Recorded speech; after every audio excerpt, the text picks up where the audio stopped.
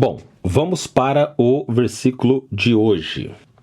Porque é indispensável que o bispo seja irrepreensível, como despenseiro de Deus, não arrogante, não iracundo, nem dado ao vinho, nem violento, nem cobiçoso de torpe ganância. Ok? Este é o versículo que nós vamos explorar hoje. Vamos então para a nossa primeira expressão. Porque é indispensável que o bispo seja irrepreensível. Bom, essa primeira expressão é necessário, é imprescindível aqui, é uma exigência e aqui ela não é uma sugestão, ok? Supervisor, bispo, presbítero, na verdade quer dizer a mesma coisa, como a gente já explicou antes para vocês. Esse termo aqui é intercambiável, né, que ele usa como bispo, que é a mesma coisa que presbíteros.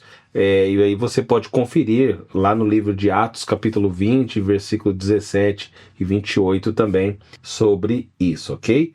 E ele volta a citar novamente irrepreensível, que ele já citou lá no verso de número 6, que implica aqui um caráter que é sem acusações, ok?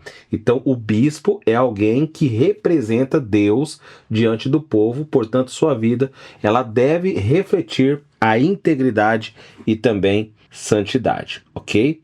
Ele continua dizendo que como despenseiro de Deus, isso significa como uma espécie de administrador, um mordomo, alguém que está encarregado de cuidar da casa e de bens do seu senhor. Então o bispo, ele não é dono da igreja, mas ele é um servo que deve ser um servo fiel encarregado da casa de Deus.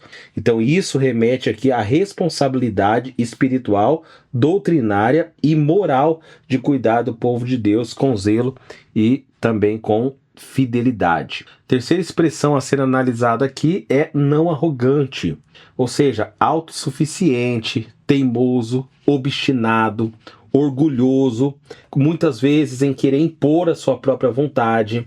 Então o líder cristão, ele deve ser humilde e também ensinável, não alguém que manda por autoritarismo ou até mesmo pelo ego, ok? E aí vem uma expressão aqui bastante interessante e talvez pouco ouvida, que é nem iracundo, ou seja, é alguém que é propenso à raiva, explosível, irritável. Então, um presbítero ele não pode aqui ser dominado por emoções descontroladas, né? Ele deve ser uma pessoa que consiga aí resolver conflitos, situações delicadas com sabedoria e também com mansidão. A quinta expressão que o versículo usa é também nem dado ao vinho, né? Amigo do vinho, né? Alcoólatra, alguém que perde o controle sobre o efeito do álcool. Então, o foco aqui está no comportamento descontrolado que o vício ou o abuso ele pode causar. Então, um líder ele deve ter o domínio próprio. O vinho ele simboliza essa perda de autocontrole, ok? E aí, sexta expressão que nos aparece é nem violento. Alguém que seja aqui agressivo, briguento, que bate, que impõe pela força.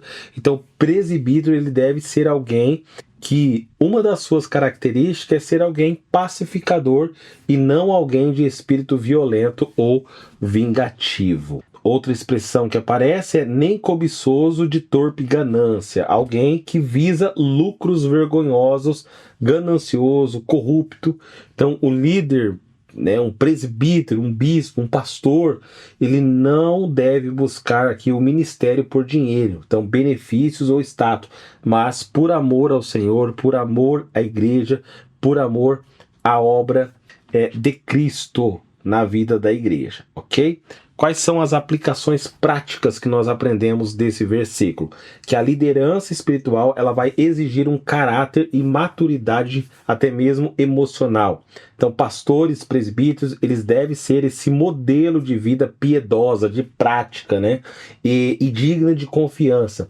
A igreja ela precisa sempre avaliar com muito cuidado, com muito critério mesmo, o caráter daqueles que vão exercer liderança dentro da casa de Deus.